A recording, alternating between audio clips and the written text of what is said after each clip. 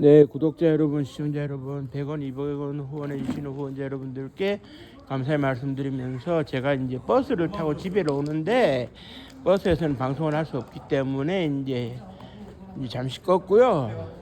다시 얘기를 이어가서 방첩사령부 얘기를 하다가 말았는데요. 저는 그렇게 생각합니다. 지금까지 군대에서 그런 복무를 했던 장성들은 한결같이 얘기를 해요. 기무부대에 그런 기능이 없으면 군은 무너진다. 이렇게 얘기를 했거든요.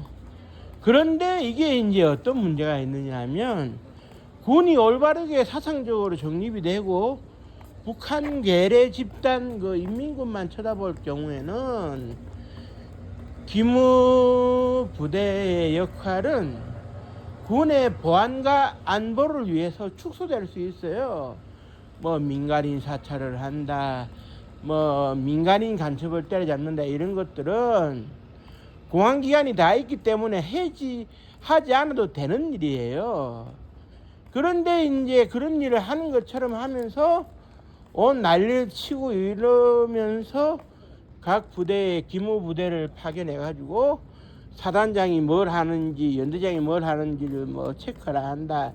이런 것들이 군 전투력에 이제 도움이 되느냐? 사실 도움이 안 되죠. 과거에 중령이 개인의 잘못은 있었겠습니다만은 결국 중위 대위 계급장에 불과한 기무부대 요원들에게 급박을 당하면서 결국 휴전선을 넘어서 올북하는 그런 사례도 있었고요. 그러니까 이제 창설 당시에 임무만 수행을 하면 되는데 대통령이 필요해서 전가의 보도처럼 늘 검을 꺼내 들듯이 꺼내 들면서 그런 그런 활용을 하다 보니까 호주머니에서 뽑아내듯이 해서 활용을 하다 보니까 정치적인 일을 많이 하게 되고 늘상 불신의 대상이 되고, 그러면은 이제 권력이 새로 이제 들었을 때마다 그런 와해 수준의 해체 경험을 했다가 되살아나고, 이게 이제 반복되고 있어요. 그 간판도 여러 번 이제 바꿔 달고. 그런데 이게 이제 올바른 정부라면 기무부대가 그런 일을 할 이유가 없거든요. 예를 들면은 이렇게 각 기무 부대에 파견되어 있는 기무 반장이 나서가지고 군에서 사고가 발생했을 때 은폐와 은폐를 책임지는 일을 한다든지 이런 것들은 할 필요가 없고 해서도 안 됩니다. 그러나 기무 부대는 자기들 이제 군이 치명상을 입지 않기 위해서 그런 일들만 하는 거예요. 이게 이제 잘못된 건데, 사실 우리가 따지고 보면 그렇습니다. 뭐라 그래야 될까요?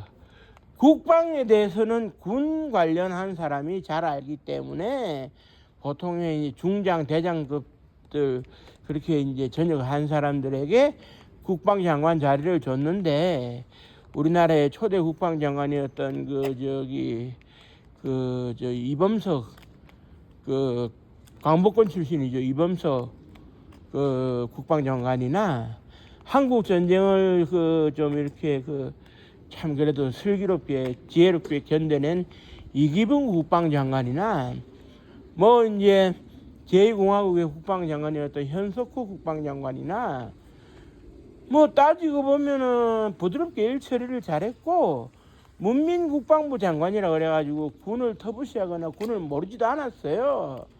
5.16 군사 쿠데타를 막지 못한 데는 여러 가지 복합적인 요인이 있기 때문에 현석호 국방장관한테만 책임을 물을 수 있는 것도 아니고,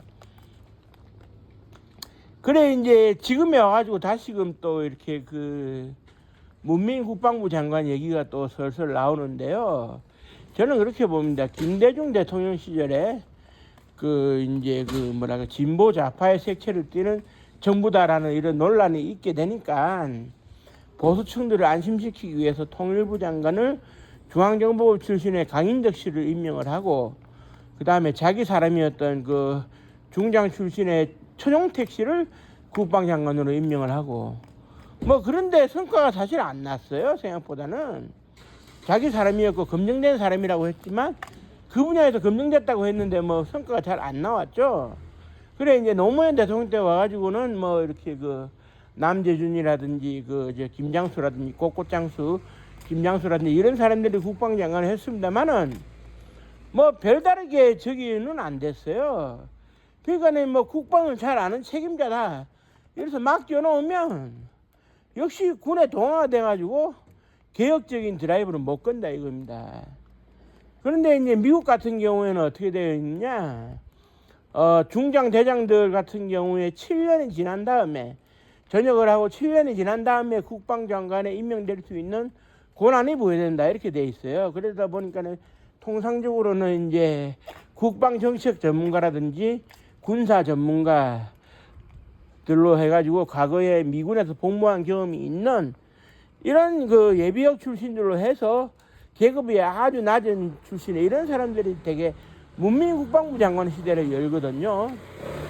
그러니까 이제 그 아이젠하워 대통령 시절에도 아이젠하워 대통령이 결국 그 초고속 진급으로 전쟁 때 덕을 보긴 했습니다만은 원수 출신인데 국방장관은 민간인이 맡았어요. 그리고 그 제2차 세계대전과 그 태평양 전쟁을 그 저기 이제 싸우면서 이렇게 그 진짜 그 죽기 살기로 싸우던 그 시절에 미군의 전쟁성 장관이 그 지금의 국방부 장관인데 그 사람이 헨리 스팀슨이라고 문민 장관이었어요. 그런데 효과적으로 다 이렇게 전쟁에 그 승리를 하는데 기여를 했지 않습니까? 그러니까 이제 제가 드리고 싶은 얘기는 뭐 일만 잘하면 그리고 대통령이 엉뚱한 친위 쿠데타를 하겠다 군병력을 동원하겠다 이런 그 발상만 가지지 않는다면 전쟁을 전제로 국방부가 있긴 합니다만은 그래도 군 통수에 있어 가지고 문민 장관도 결코 뭐 어려운 일은 아니다. 과거 전례 비춰볼 때. 그래 이제 대신에 이제 그 2차관 보직을 신설해 가지고 어떻게 되느냐? 뭐 옥상옥을 만들겠다는 얘기는 아니지만 1차관을 그 예를 들어 가지고 이제 그 중장 대장급 쪽에서 이제 임명을 시켜 가지고 그 군을 잘 그 야전에서 통솔할 수 있도록 하고 2차관을 그 저기 획득 담당으로 해 가지고 방위산업청과 협의를 해 가지고 군사 무기를 획득하는 일을 이제 맡도록 하고 장관이 대통령 사이에서 이제 그 거중조정을 할 수 있으면 되는 겁니다. 문민장관이라 하더라도. 다만 문민장관일 경우에는 이제 과거와는 좀 다르게 군 경력이 사병 경력이라도 있어야 되긴 할 겁니다. 군대를 전혀 모르다 보면 어떤 일이 벌어지느냐. 황교안 전 국무총리 겸 대통령 직무대행이 군 부대에 가가지고 식판에 밥도 못 떠먹었어요. 뜰 줄은 몰라가지고. 군대를 안 갔다 오니까 이런 일이 벌어지는 건데 군대를 안 갔다 온 사람이 군 통수권자가 된다는 것은 그건 뭐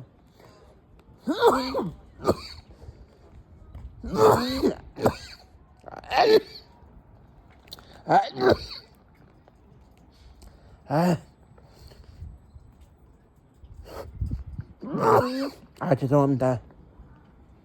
감기에 걸려서 계속 고생하고 있네요. 죄송합니다.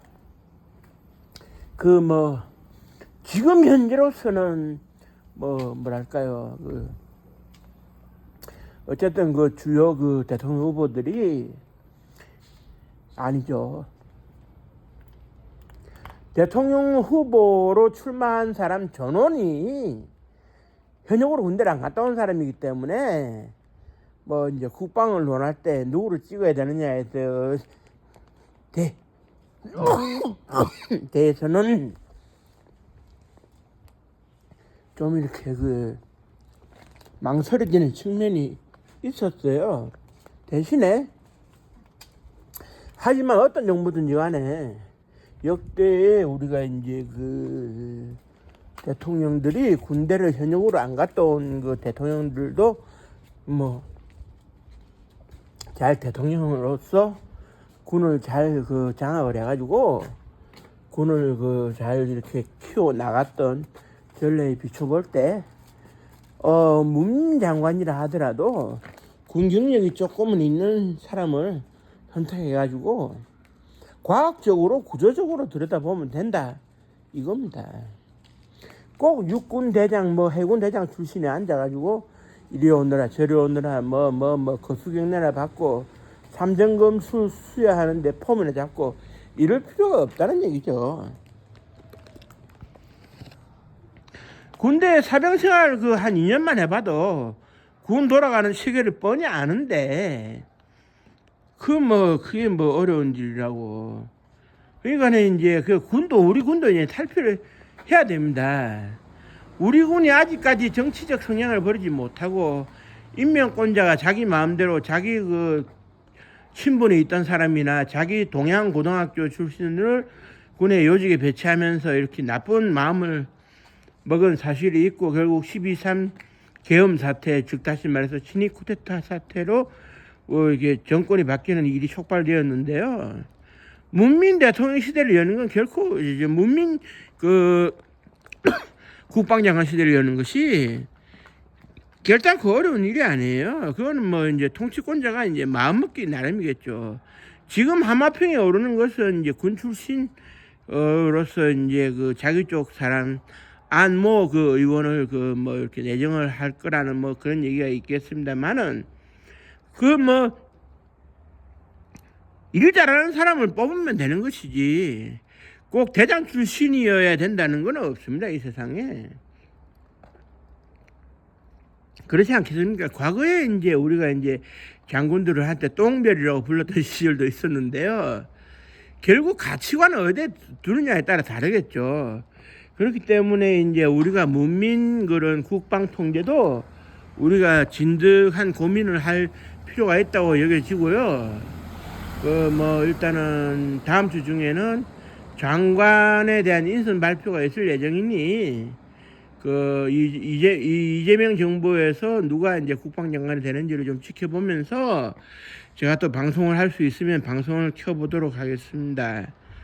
일단은 내일은 현충일인데요. 현충일을 맞아가지고 저는 현충원에 좀 들을 예정인데 나라를 지키다가 이제 돌아가신 그리고 독립을 되찾기 위해서 이제 노력하신 순국 선열들께는 감사하다는 말씀을 드리고요. 이 방송을 들어주시는 시청자분들, 구독자분들 감사하고요. 그래도 이제 저도 이제 욕심이 있다 보니까 마지막으로 구독 한 번만 눌러주시고 가시라 이 말씀을 드리고 싶네요. 고맙습니다. 감사합니다.